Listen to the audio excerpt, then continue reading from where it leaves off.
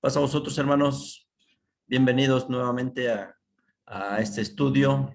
Les agradecemos mucho su compañía y esperamos que pueda ser comprensible bastante este tema, la cuarta parte de la Trinidad, el tema que hemos estado analizando. Y les recordamos, vamos a llevar a cabo este estudio con los micrófonos cerrados para que puedan hacer puedan escuchar todo este tema y después puedan realizar sus preguntas. Le voy a pedir a mi hermano ministro Santiago Lucero que nos dirija en una oración, por favor. Sí, hermanos, vamos a orar. Bendito Dios y Padre eterno, te damos las gracias, Señor, por este día que nos has llenado de bendiciones, un día que tú nos has regalado, que nos has permitido realizar nuestras actividades, y en esta tarde nos permites estar aquí reunidos para seguir estudiando tu palabra. Gracias, Padre bendito, porque sabemos que es una gran bendición poder recibir este alimento día con día, y por eso, Señor, también te pido que bendigas a nuestro hermano Rubén, expositor de este tema, y a todos aquellos que lo han de escuchar. Gracias, Padre, por todo esto, en el nombre de nuestro Señor Jesucristo. Amén. Amén. Muy bien, hermanos, pues recuerden, nuestro hermano Rubén García es el expositor de la cuarta parte de este tema. Les rogamos su atención y vamos a tratar de mantener los micrófonos cerrados para que el hermano pueda hacer esta exposición sin interrupciones, y al término de ella podrán ustedes hacer sus comentarios y podrán hacer también realizar sus preguntas. Hermano Rubén, pues adelante, tiene usted los micrófonos. Muchísimas gracias, hermano ministro Juan Arteaga. Pues primeramente los saludo en nombre de nuestro Señor Jesucristo. Paz a vosotros, hermanos. También saludamos a todos nuestros hermanos que ven este video a través de Facebook, a los que lo van a ver posteriormente en la plataforma de YouTube, y a todas las personas que quizás lo vean en los próximos días. El día de hoy vamos a continuar con el tema que hemos estado llevando a lo largo de las últimas 3 semanas, el tema acerca de la Trinidad, Dios en 3 personas. Nosotros somos la Iglesia de Dios Yom Shvi'i, que significa séptimo día, el Ministerio del Templo Monte Sión en el Nezahualcóyotl de Estado de México. Anteriormente hemos estado analizando diferentes subtemas acerca de para analizar todo lo que es el tema de la Trinidad. Ya hemos analizado en qué consiste la Trinidad, quién introdujo esta doctrina. Nos hemos preguntado si Dios puede engendrar. También hemos analizado la actividad del Hijo. También hemos analizado la divinidad de Jesucristo. Hemos visto a qué se refieren las frases que dijo nuestro Señor Jesucristo cuando dijo: yo y el Padre una cosa somos. Y también hemos analizado el estatus de Jesús nacido de María. El día de hoy vamos a continuar con el estudio analizando cómo es que los apóstoles predicaban tanto en los evangelios como en distintas cartas acerca de si debemos de tener una Trinidad o no en nuestra doctrina. Y también vamos a analizar varios errores que comete la teología en los tiempos actuales a la hora de tratar de defender esta doctrina. Bueno, para comenzar, vamos a ver que la predicación de los apóstoles, inspirados por el Espíritu Santo, en todos sus escritos dejaron plasmado, como en sus evangelios, las pruebas de que el Hijo y el Padre no son el mismo ser, como dice la creencia de la Trinidad. Ejemplos de esto los vamos a encontrar en Juan capítulo 11 de los versos 41 al 42, Mateo 11 de los versos 25 al 27, Mateo 27, 46 y por último Juan 20, 17, a los que les voy a dar lectura. Juan 11 versos 41 y 42 dice: entonces quitaron la piedra de donde el muerto había sido puesto, y Jesús, alzando los ojos arriba, dijo: Padre, gracias te doy que me has oído, que yo sabía que siempre me oyes, mas por causa de la compañía que está alrededor, lo dije, para que crean que tú me has enviado. En este pasaje, el apóstol Juan está dando a entender o está poniendo en evidencia un hecho que estaba ocurriendo en la vida de nuestro Señor Jesucristo, el cual en estos momentos estaba reviviendo a alguien que pensaban que ya estaba muerto. Y él está diciendo: Padre, te agradezco que me has oído. Si pensáramos que el Padre y el Hijo son la misma persona o que son el mismo Dios, como lo plantea la doctrina de la Trinidad, entonces no tendría sentido estas palabras del Mesías al momento de hacer esta gran obra, ya que pues el Padre siempre lo debería de estar escuchando, ¿no? O siempre debería de estar atendiendo a sus peticiones. O es más, no necesitaría que el Padre lo escuchara para poder hacer las obras, sino que en esta ocasión nuestro Señor Jesucristo está dejando claro que Él necesitaba de la intervención del Padre para poder realizar esta maravilla, y que Él pues necesitaba que escuchara su voz. En Mateo 11, 25 al 27 dice: En aquel tiempo, respondiendo Jesús, dijo: Te alabo, Padre, Señor del cielo y de la tierra, que hayas escondido estas cosas de los sabios y de los entendidos y las hayas revelado a los niños. Así, Padre, pues que así agradó en tus ojos, todas las cosas me son entregadas de mi Padre, y nadie conoció al Hijo sino el Padre, ni al Padre conoció alguno sino el Hijo, y aquel a quien el Hijo lo quisiera revelar. Con estas palabras también debemos de tener claro que nuestro Señor Jesucristo está marcando una diferencia tangible entre el Padre y el Hijo, ya que el Padre es el que entrega las cosas al Hijo y que nadie ha conocido al Padre. El único que ha conocido a su Padre es el mismo Hijo, y nadie puede acercarse al Padre si no es por la predicación que recibe del Hijo. Si fueran el mismo Dios, entonces estas palabras no tendrían ningún sentido, sino que tendría que decir: Padre, te agradezco porque nos hemos revelado a los hombres, o porque a través de mí nos podemos revelar como uno. Y estas palabras dejan claro que hay una diferencia entre los dos y que no deberíamos de confundirlos. Más adelante, en Mateo 27:46 dice: Y cerca de la hora de nona, Jesús exclamó con grande voz, diciendo: Elí, Elí, lama sabachthani, esto es: Dios mío, ¿por qué me has desamparado? ¿Acaso si fueran el mismo Dios y el Señor Jesucristo un solo ser, podría abandonarse uno al otro? ¿Podría uno preguntarle al otro: ¿por qué me has abandonado?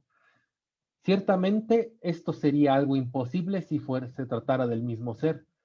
Con estos pasajes que plasmaron los apóstoles en sus evangelios, podemos comprender que no es posible mezclar al Hijo y al Padre como un mismo ser, mucho menos cuando estaba nuestro Señor Jesucristo en la tierra. Juan 20:17 dice: Dícele Jesús: No me toques, porque aún no he subido a mi Padre, mas ve a mis hermanos y diles: Subo a mi Padre y a vuestro Padre, a mi Dios y a vuestro Dios. Una vez más, en este pasaje podemos entender que el Padre y el Hijo pues no son el mismo ser, porque si no, no sería necesario que el Hijo se presentara delante de su Padre, puesto que ya estaría siempre delante de él. Que Jesús como humano haya hecho obras sobrenaturales no significa que era el Padre o que haya sido divino, porque Jesús hizo obras sobrenaturales después de su bautismo, cuando recibió el Espíritu Santo. La doctrina de la Trinidad asegura que nuestro Señor Jesucristo era el mismo Dios mientras Él estaba en la tierra. Si hubiera sido el mismo Padre o un ser divino, no hubiera necesitado del Espíritu de Dios. Tampoco se hubieran parado en el nombre de su Padre. Él mismo, con su autoridad que tenía antes de venir a esta tierra, pudo haber hecho todas las obras, mas no lo hizo así, sino que Él siempre adjudicó a su Padre todas las maravillas que Él hacía, siempre diciendo que no obraba por sí mismo.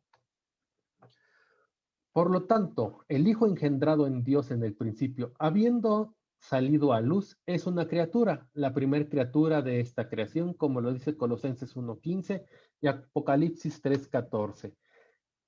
Colosenses 1:15 dice: el cual es la imagen del Dios invisible, el primogénito de toda criatura. Y ya hemos dicho anteriormente que al referirse con la imagen del Dios invisible, se refiere a que a través de nuestro Señor Jesucristo podemos conocer todas las virtudes del Padre y todo el propósito que Él tenía. Y Apocalipsis 3:14, y escribe el ángel de la iglesia en la Odisea: He aquí, dice el Amén, el testigo fiel y verdadero, el principio de la creación de Dios.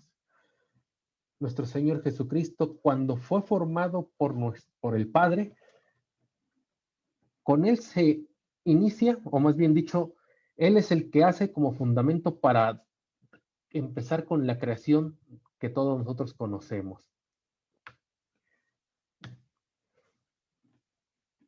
Con mayor razón, el Hijo de Dios, llamado Jesús, es lógicamente una criatura, porque nació de un óvulo humano y se sometió al proceso biológico, como nos lo marca Lucas 2, 21 y 24, que dice: Y pasados los 8 días para circuncidar al niño, llamaron su nombre Jesús, el cual le fue puesto por el ángel antes que él fuese concebido en el vientre.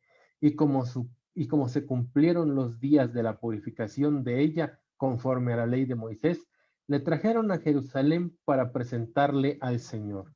Como está escrito en la ley del Señor, todo varón que abriere la matriz será llamado santo al Señor. Nuestro Señor Jesucristo, cuando llegó a esta tierra, cumplió con todas las leyes, no solamente con aquellas leyes religiosas que tenía el pueblo de Israel, sino también con todas las leyes biológicas que tenemos los hombres. Es decir, que tras haber sido anunciado que él sería nacido, él cumplió con las leyes de que debía ser engendrado, concebido y dado a luz. Y no debemos pensar como lo hace la doctrina de la Iglesia Popular, que cree que el nacimiento de nuestro Señor Jesucristo fue un hecho sobrenatural en el cual nuestro Señor Jesucristo salió de María sin que ella perdiera su virginidad. Esto lo dice la Iglesia Católica, ¿no?, con el propósito de conservar por siempre a María como una virgen, haciéndola o adjudicándole también virtudes como si de un ser divino también se tratase. Sin embargo, la misma lectura nos da a entender que nuestro Señor Jesucristo nació de una forma normal, de una forma natural, abriendo la matriz de María. Porque si no fuera así, pues no tendría sentido estas palabras que vienen en este pasaje, recordando o diciendo el hecho en el momento en el que José y María cumplieron con la tradición de circuncidar a Jesús tras 8 días de haber nacido, y dejando testimonio de que él fue un varón más que también abrió la matriz de su madre. El hecho de que Jesús haya sido una criatura no desmerece en nada la obra redentora del Padre ni del Hijo. Es decir, que aunque nuestro Señor Jesucristo fue hecho un hombre más como nosotros, no es un motivo para pensar que es menor lo que Él logró, como lo dice Filipenses 2:8. Y hallando en la condición como hombre, se humilló a sí mismo, hecho obediente hasta la muerte y muerte de cruz.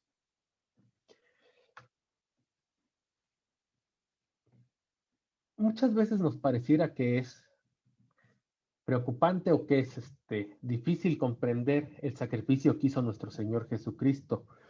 Así también los apóstoles se preocupaban al oír el grande sacrificio que haría nuestro Señor.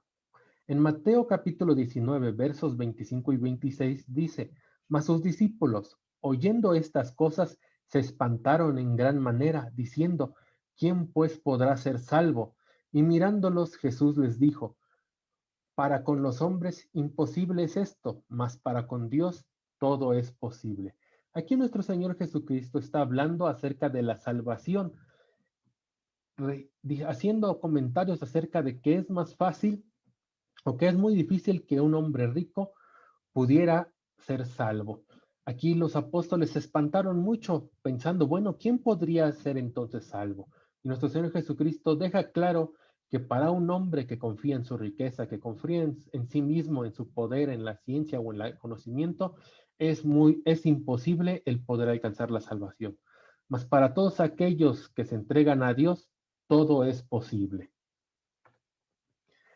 Solo Jesús como humano pudo poner ejemplo al hombre, demostrándole que sí se puede obedecer a Dios y vencer a Satanás en todas sus artimañas. Jesús lo venció en la carne, como humano.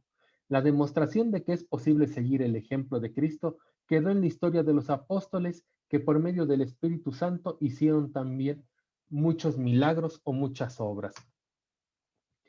Por ejemplo, en Hechos 9:40 encontramos esta historia. Entonces, echados fuera todos, Pedro, puesto de rodillas, oró y vuelto el cuerpo, dijo: Tabita, levántate, y ella abrió los ojos y viendo a Pedro, incorporóse. Aquí estamos viendo un acto maravilloso que hizo Pedro, siendo un hombre. Antes de estos actos, el único que había levantado a un muerto era nuestro Señor Jesucristo. Y estas obras podrían ser motivo de pensar que pues era, que el Hijo de Dios pues también era Dios. Pero si pensáramos de esta manera, entonces también deberíamos pensar de todos los apóstoles que hacían maravillas y grandes obras, que también deberían ser dioses. Esto les pasaba a los paganos cada vez que veían una obra maravillosa ante ellos. Por ejemplo, en Hechos capítulo 5, del 14 a 16, nos habla estas cosas. Y los que creían en el Señor se aumentaban más, gran número así de hombres como de mujeres, tanto que echaban los enfermos por las calles y los ponían en camas y en lechos para que viniendo Pedro a lo menos su sombra tocase a algunos de ellos. Y aún de las ciudades vecinas concurría multitud a Jerusalén, trayendo enfermos y atormentados de espíritus inmundos, los cuales todos eran curados. Todas estas grandes maravillas las veía el pueblo de Israel y todos empezaban a creer en las obras que realizaban los apóstoles, pero todos ellos adjudicaban esto al poder de nuestro Dios. Los gentiles confundieron a los apóstoles con dioses, atribuyéndoles las obras sobrenaturales, pero los apóstoles predicaban claramente la creencia en el único y verdadero Dios sin confundirlo ni amalgamarlo con Cristo, como lo vemos en Hechos 14, de los versos 8 al 15, que dice así: Y un hombre de Listra, impotente de los pies, estaba sentado, cojo desde el vientre de su madre, que jamás había andado. Este oyó hablar a Pablo, el cual, como puso los ojos en él y vio que tenía fe para ser sano, dijo a gran voz: Levántate derecho sobre tus pies, y saltó y anduvo. Entonces las gentes, visto lo que Pablo había hecho, alzaron la voz, diciendo en lengua licaónica: Dioses semejantes a hombres han descendido a nosotros. Y a Bernabé llamaban Júpiter y a Pablo Mercurio, porque era el que llevaba la palabra. Y el sacerdote de Júpiter, que estaba delante de la ciudad de ellos, trayendo toros y guirnaldas delante de las puertas, querían con el pueblo sacrificar. Y como lo oyeron los apóstoles Bernabé y Pablo, rotas sus ropas, se lanzaron al gentío dando voces y diciendo: Varones, ¿por qué hacéis esto? Nosotros también somos hombres semejantes a vosotros, que os anunciamos que de estas vanidades os convirtáis al Dios vivo, que hizo el cielo y la tierra y la mar y todo lo que está en ellos. En este pasaje podemos ver claramente cómo los apóstoles no predicaban a dos dioses ni predicaban a una trinidad, sino que al único que predicaban era al Dios vivo que hizo el cielo, la tierra y la mar. Y les dejaban claro que no debían atribuir a ellos todas estas obras que estaban realizando, ya que los paganos estaban acostumbrados a pensar de que los dioses podían venir a la tierra y podían hacer con la vida de los hombres lo que ellos quisieran. Como lo dice estos pasajes, confundieron a Bernabé y a Pablo con Júpiter y Mercurio. Júpiter era el dios principal que tenían los griegos en aquellos tiempos y correspondía al dios Padre, mientras que Mercurio era el emisario de los dioses, quien era el que traía su palabra o quien era su mensajero.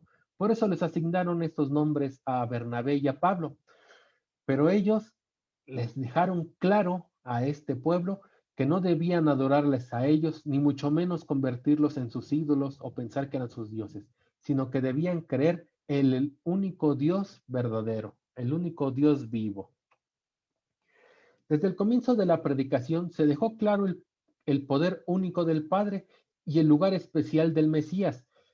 Esteban dejó claro la diferencia en la jerarquía celestial en Hechos 5, 30 y 31, diciendo: el Dios de nuestros padres levantó a Jesús, al cual vosotros matasteis, colgándole de un madero. A este ha Dios ensalzado con su diestra por príncipe y salvador, para dar a Israel arrepentimiento y remisión de pecados. Y con estas palabras podemos entender que toda la predicación que se hacía siempre fue llevando a todos los hombres al Dios, en el caso de todos los israelitas, al Dios de sus padres, y dejando claro que el Mesías es nuestro Señor Jesucristo, al cual ha sido ensalzado y no está siendo puesto a la misma altura de Dios, sino que es puesto a su diestra por príncipe y salvador. Es decir, hay una jerarquía entre el Dios Padre como el principal y su Hijo que está a su diestra, que es príncipe y salvador. Hay que reconocer que nuestro Señor Jesucristo siempre tuvo la sencillez que es digna de alabanza, confesar ante los hombres que Él no hacía las obras sobrenaturales, sino que las hacía otro ser superior. Toda acción de honradez, heroísmo, paciencia, humildad es digna de alabanza entre los hombres, pero no con ello se les constituye a los hombres como dioses. Con mayor razón para aquel predicador del monoteísmo que dejó su gloria para venir a humillarse ante los impíos hombres. Nuestro Señor Jesucristo fue hecho digno de alabanza por esa humildad y esa sencillez que mostró estando en la tierra. Por ese motivo es justa la decisión del Padre Celestial que está escrita en Hebreos 1:6. Y otra vez, cuando introduce al primogénito en la tierra, dice: y adórenle todos los ángeles de Dios. Nuestro Señor Jesucristo es digno de que le adoren todos los ángeles de Dios. Y aquí no está diciendo que le adoren los hombres de manera específica. Sin embargo, nosotros reconocemos el alto valor que tiene nuestro Señor Jesucristo al ser el Mesías escogido por Dios para llevarnos al conocimiento del Todopoderoso.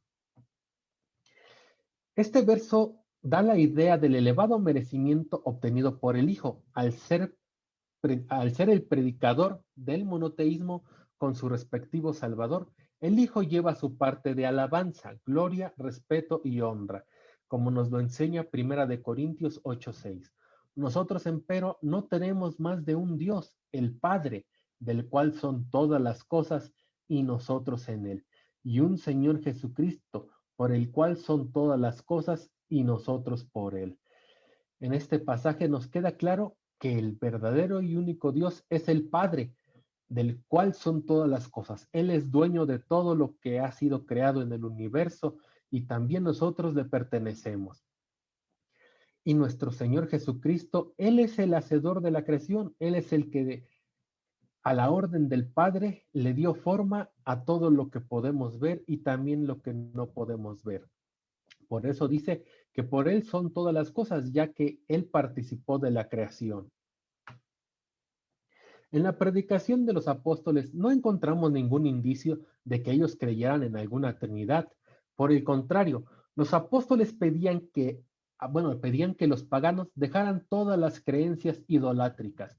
Es decir, que pedían que dejaran de creer en lo que los dioses descendían, de que dejaran de creer que todos ellos tenían alguna autoridad para sus vidas, sino que en realidad debían de entregarse únicamente al Dios Todopoderoso a través de conocer a su Hijo, que es el Mesías prometido. A lo largo de la historia podemos ver cómo es que distintos personajes han tenido la osadía de sustentar y tratar de introducir la doctrina de la Trinidad en la Biblia. Es decir, que los diferentes teólogos han tratado de demostrar que la Trinidad es bíblica. Ejemplos de ello los vamos a encontrar en 1 de Juan 5, versos 7 y 8, y también Primera de Juan 5:20. Le voy a dar lectura primeramente a Primera de Juan 5, 7 y 8, que dice: porque tres son los que dan testimonio en el cielo, el Padre, el Verbo y el Espíritu Santo, y estos tres son uno. Y tres son los que dan testimonio en la tierra, el Espíritu y el agua y la sangre, y estos tres concuerdan en uno. Cuando diferentes religiosos leen estos pasajes, dicen y aseguran claramente que aquí están las pruebas de que la Trinidad es bíblica y que existe, que todos deberíamos de creer en que nuestro Dios en realidad son tres seres en uno mismo, ya que el verso 7 termina diciendo estas palabras, y estos tres son uno. Sin embargo, debemos de entender que Juan en su primera carta no está llamando a Cristo como Dios, ni está presentando una Trinidad. Los franceses Louis Bonnet y Alfredo Schroeder, en sus comentarios en el tomo 4, página 340 y 341, dicen que las palabras en el cielo, el Padre, el Verbo y el Espíritu Santo, y estos tres son uno, y tres son los que dan testimonio en la tierra, no aparecen en ningún escrito griego antiguo. Es decir, estas palabras fueron añadidas, lo que significa que estos pasajes debería decir: porque tres son los que dan testimonio, el espíritu y el agua y la sangre, y estos tres concuerdan en uno. Si nosotros leyéramos los versos que vienen antes de todas estas palabras, entenderíamos que están hablando de la venida de nuestro Señor Jesucristo, que estos son diciendo que el espíritu, el agua y la sangre son los que dan testimonio de que ha venido el Mesías. Si un versículo como este hubiera existido antes en los escritos originales, pues lo habrían presentado en el Concilio Niceno, habiendo, bueno, o convirtiéndose en un fundamento para la Trinidad. La Trinidad se consolidó como una creencia católica tras varios siglos. Y estas palabras aparecieron por primera vez como una interpolación escrita al margen de diferentes escritos. Tampoco se encuentran en los escritos que hicieron escritores latinos antiguos tales como Tertuliano, Hilario, Ambrosio, Agustín y Jerónimo.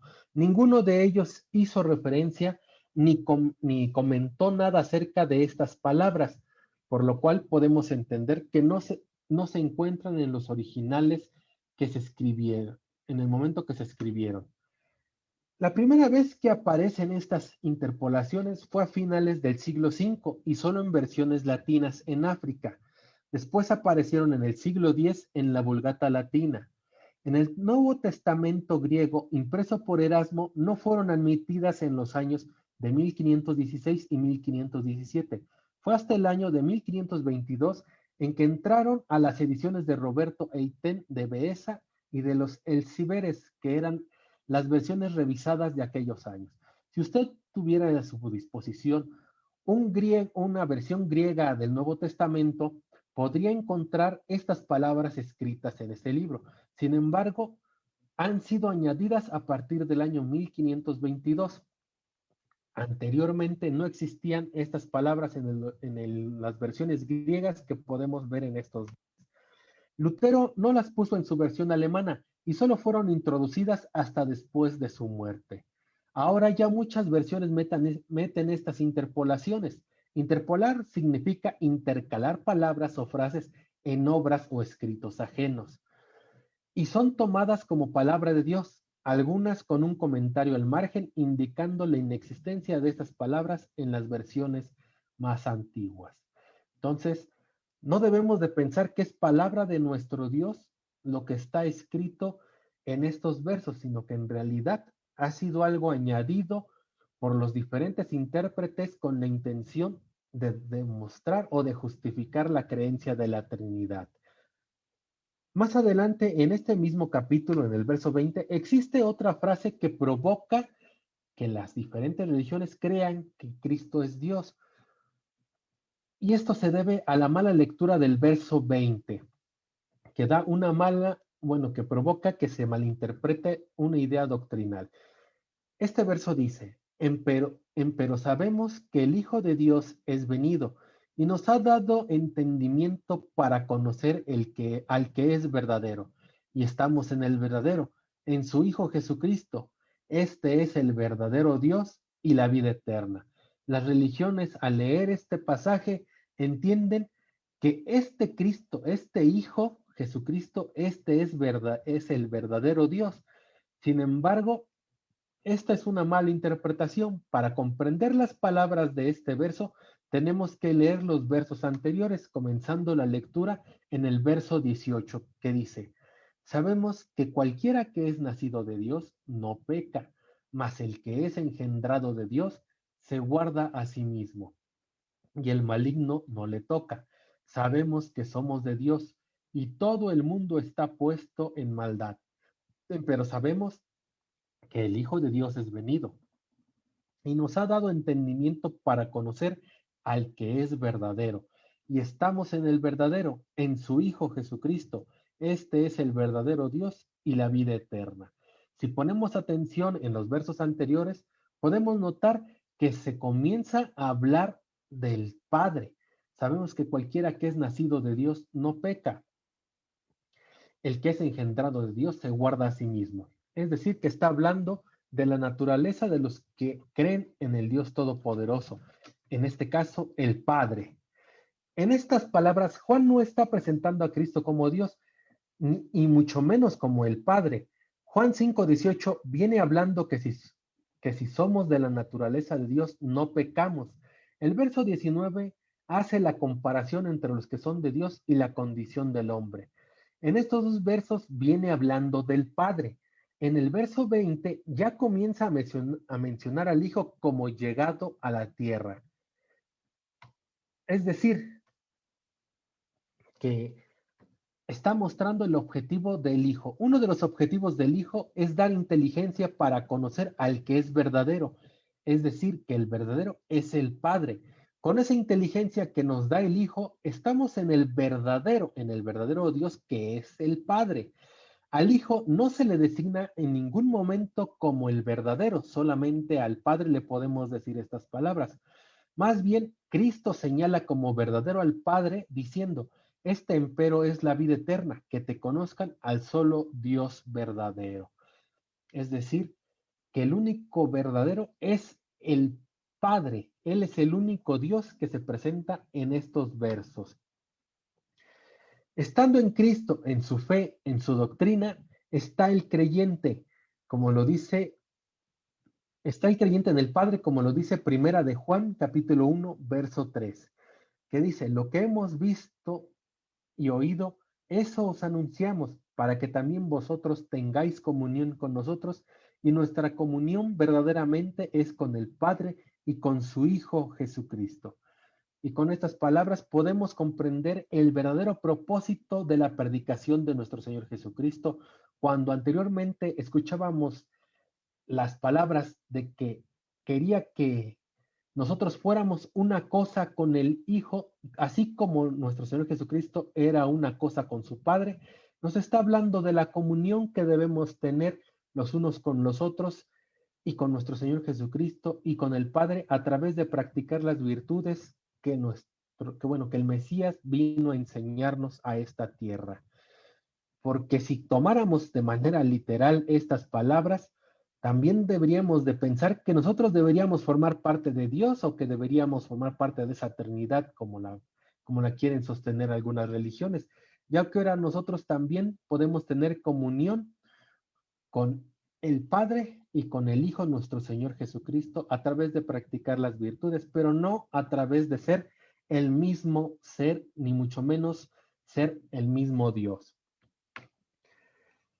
Por eso, al terminar su epístola, el apóstol Juan dice estas palabras en el verso 20: pero sabemos que el Hijo de Dios es venido, el Mesías, y nos ha dado entendimiento para conocer al que es verdadero. ¿Quién es el que es verdadero? El Padre, el Dios Todopoderoso. Y estamos en el verdadero, es decir, que estamos en comunión con el Padre, en su Hijo Jesucristo también. No porque sean el mismo ser, sino porque comparten el mismo propósito y ahora nosotros compartimos sus virtudes. Este es el verdadero Dios, el Padre y la vida eterna. Aquí no debemos entender que se le está diciendo que el Hijo es el verdadero Dios, solamente el Padre es el verdadero Dios. ¿Cómo se atreven los teólogos a presentar una ingenua Trinidad que juega con sí misma? ¿Por qué decimos estas palabras? Porque si la Trinidad es dueña del universo, en ningún momento le asienta el plan trazado minuciosa y perfectamente en la Biblia. Vamos a analizar el plan que está plasmado en la Biblia en 1 de Corintios capítulo 15, versos 24, 27 y 28. Luego el fin, cuando entregará el reino a Dios y al Padre, cuando habrá quitado todo imperio y toda potencia y potestad. Aquí en este pasaje se está hablando cómo nuestro Señor Jesucristo entregará el reino al Dios y Padre, una vez que haya quitado todo imperio y toda potestad. Si en verdad el Hijo y el Padre fueran el mismo ser, ¿qué sentido tendría que el Hijo entregara el reino a su Padre? Más adelante en los versos 27 y 28 dice, porque todas las cosas sujetó debajo de sus pies, y cuando dice todas las cosas son sujetadas a él, claro está, exceptuando a aquel que sujetó a él todas las cosas.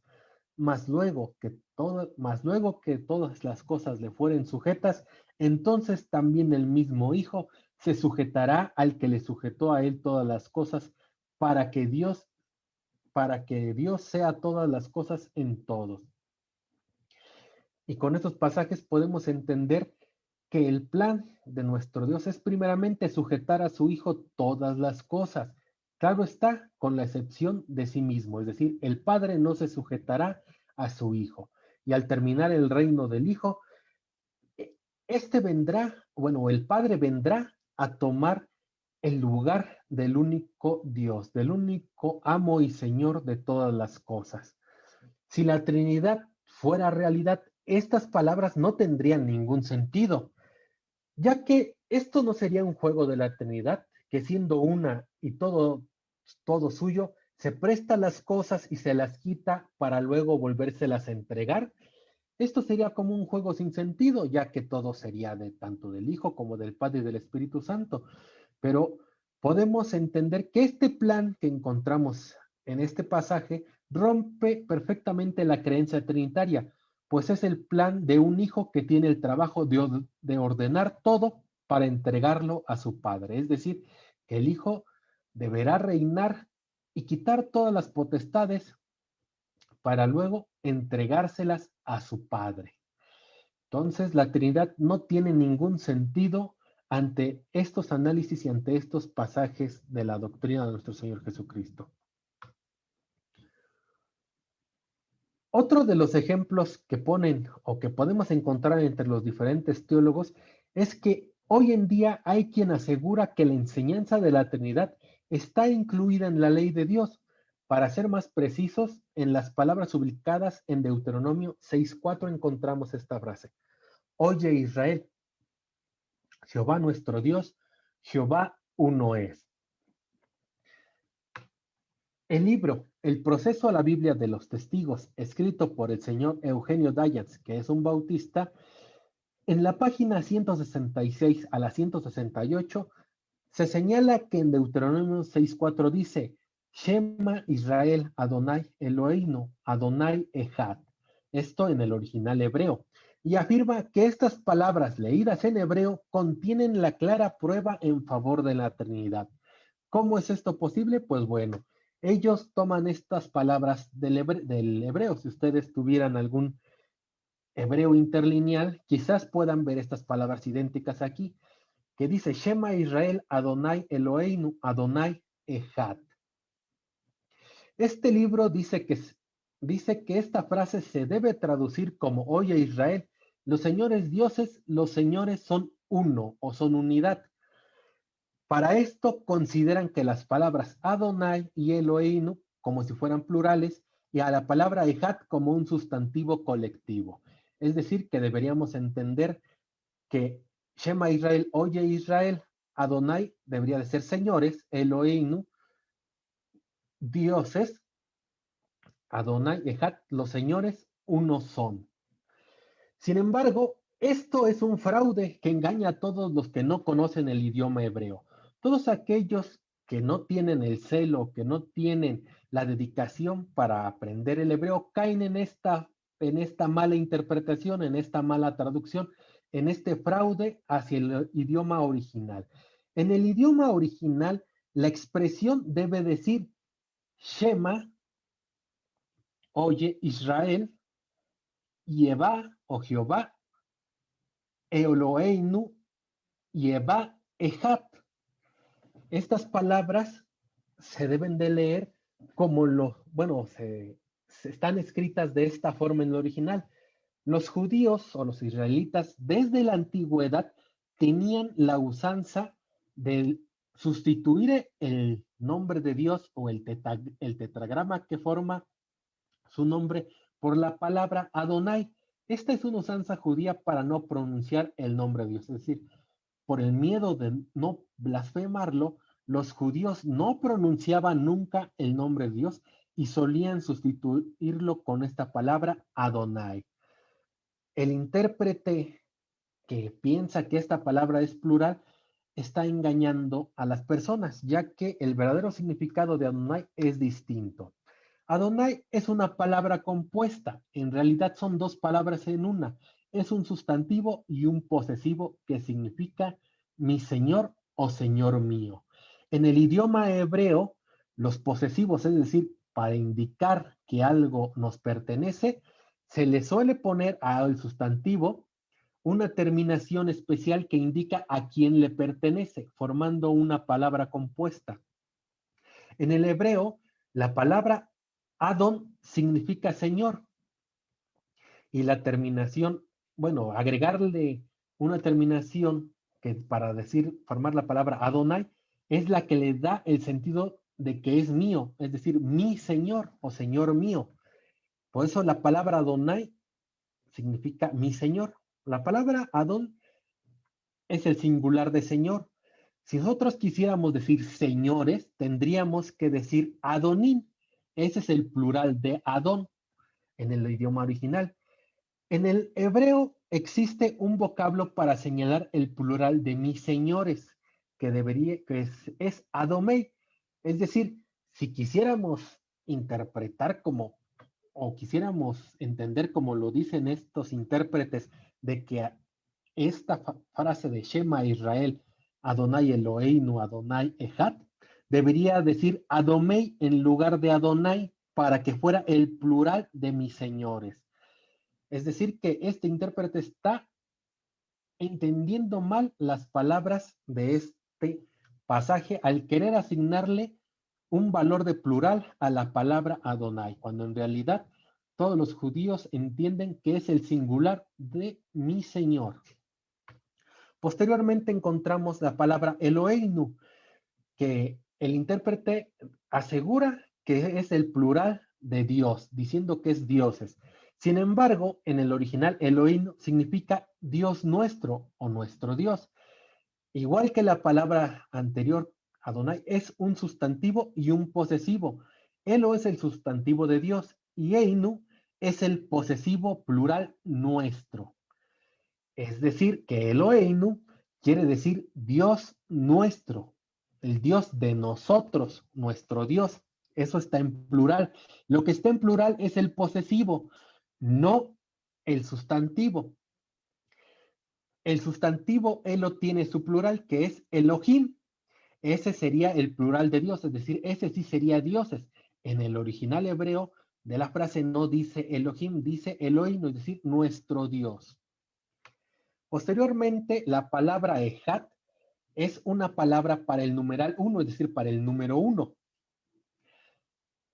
En la interpretación que se le da en el libro que estamos mencionando, dicen que, Echad es en realidad una palabra que se le aplica a un conjunto. Existen sustantivos colectivos, por ejemplo, un rebaño o un ejército. La palabra ejército es singular. Sin embargo, denota en su significado a un conjunto de personas armadas, o un rebaño, que se debe entender a un conjunto de animales. Es decir, una palabra en singular está denotando a un grupo. En el caso de los números, nosotros tenemos las palabras dúo, trío o único. Esas son palabras que denotan que en una sola palabra se denotan a dos personas. Por ejemplo, dúo, esos son dos en una sola palabra. En el hebreo, la palabra correspondiente a único es ejida, no ejad. Ejad en realidad es el correspondiente al número uno, es decir, uno. Entonces, la interpretación correcta del verso que estamos analizando, Shema Israel Adonai Eloheinu, Shema Israel Adonai Eloheinu Adonai Echad, es correcta la traducción, oye Israel, es como lo tenemos aquí, oye Israel, Jehová nuestro Dios, Jehová uno es. Los judíos lo leerían como oye Israel, nuestro Señor o nuestro Dios, el Señor nuestro Dios, el Señor uno es. Nosotros decimos Jehová uno es. Quererle cambiar la interpretación a un plural a todas estas palabras es un fraude gramatical y no es lo mismo decir que el Señor uno es a decir que son uno. En realidad ese es un error gramatical que se está ocurriendo en esta mala interpretación del pasaje, sino que en realidad estas palabras son tal y como vienen en nuestras Biblias traducidas y no se demuestra aquí ninguna Trinidad. Bueno, hermanos, no sé si hasta aquí algunos de ustedes tengan alguna duda acerca de este tema. Dejo este lugar a nuestro hermano ministro Juan Arteaga para que él nos guíe en asignar la palabra para todas sus preguntas y comentarios. También les recuerdo que, pues bueno, este folleto se encuentra en nuestra página en internet, iglesiadedios.org.mx, o también pueden mandarnos sus preguntas a través de Facebook. Muchas gracias, hermano Rubén. Hermanos, bueno, pues aquí tienen ustedes la exposición de este tema, lo que la Iglesia de Dios predica acerca de la Trinidad. No sé si tengan ustedes algún comentario, alguna duda al respecto. Los micrófonos están abiertos. Nos da gusto su asistencia. Saludamos a nuestro hermano Urbano Tolteca, a nuestra hermana Magdalena García, nuestro hermano Salumiel Tolteca, que nos acompañan ahorita por Zoom. Muchas gracias. ¿Tienen algún comentario, alguna duda, hermanos?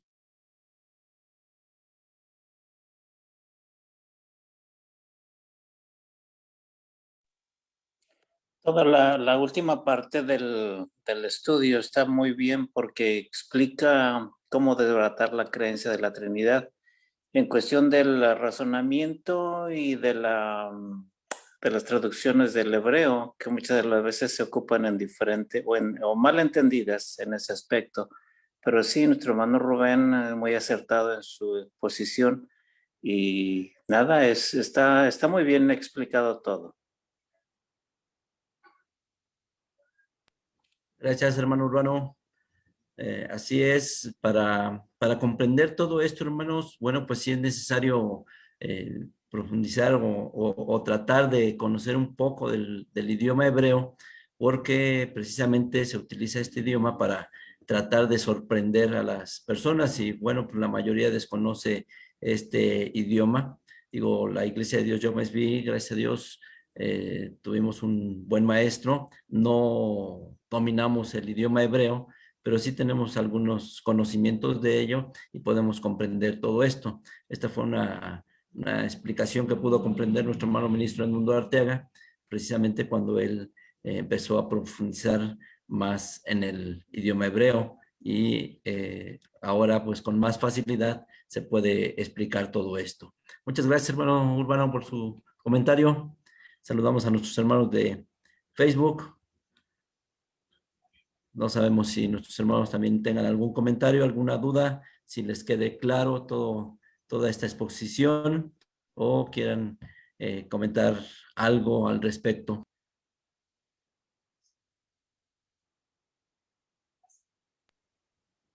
Como que entiendo que les quedó todo claro a nuestros hermanos en Facebook. Hermanos, pues como lo comentaba nuestro hermano Rubén, este este tema está en nuestra página de internet. También tenemos el folleto a disposición de ustedes y se encuentra en el tomo 2, en el tomo número 2 de los libros de la recopilación de todos estos temas, de todos estos estudios, donde se explica o se comenta toda la doctrina de la Iglesia de Dios. Y como siempre, pues todo este material está a su disposición en formato digital, en formato impreso o en este caso compaginado. Tenemos todo esto e inclusive este tema también lo tenemos en MP3, aunque lo hemos estado limpiando porque esta fue una grabación que hizo nuestro hermano ministro Edmundo Arteaga en aquel entonces los llamados cassette, cintas para reproducirlos en las grabadoras, pero ya estamos trabajando en pasarlos a formato digital, en formato MP3.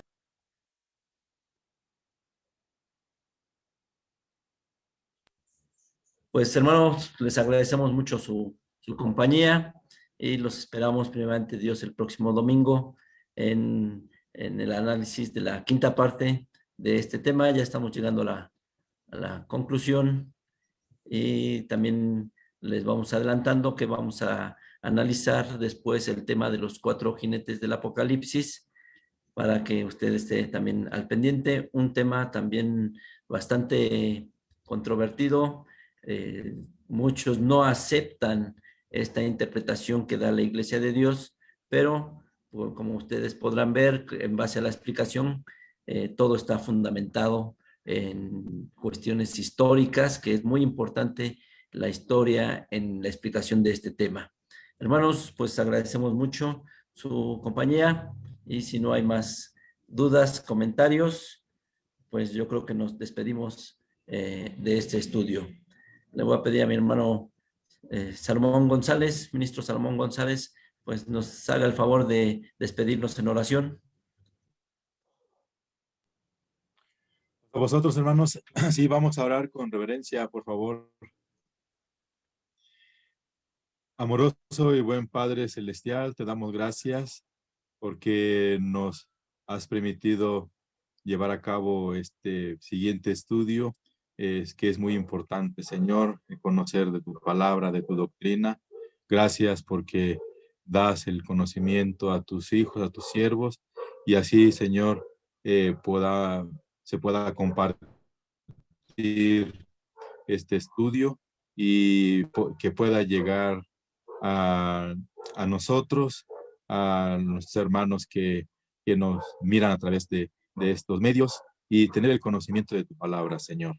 No para vanagloriarnos, no para otra cosa, sino para compartirlo, para darlo a conocer a las personas que han distorsionado tu palabra, han distorsionado tu doctrina y que esto también ha causado dudas, ha causado también cambios también dentro de tu misma iglesia, ya que se han introducido algunas ideologías acerca de este tema que se ha impartido. Pero gracias te damos porque tú nos ha hecho comprender de tu palabra y, Señor, es un alimento sólido, un alimento muy bueno para nosotros porque es el alimento de tu palabra.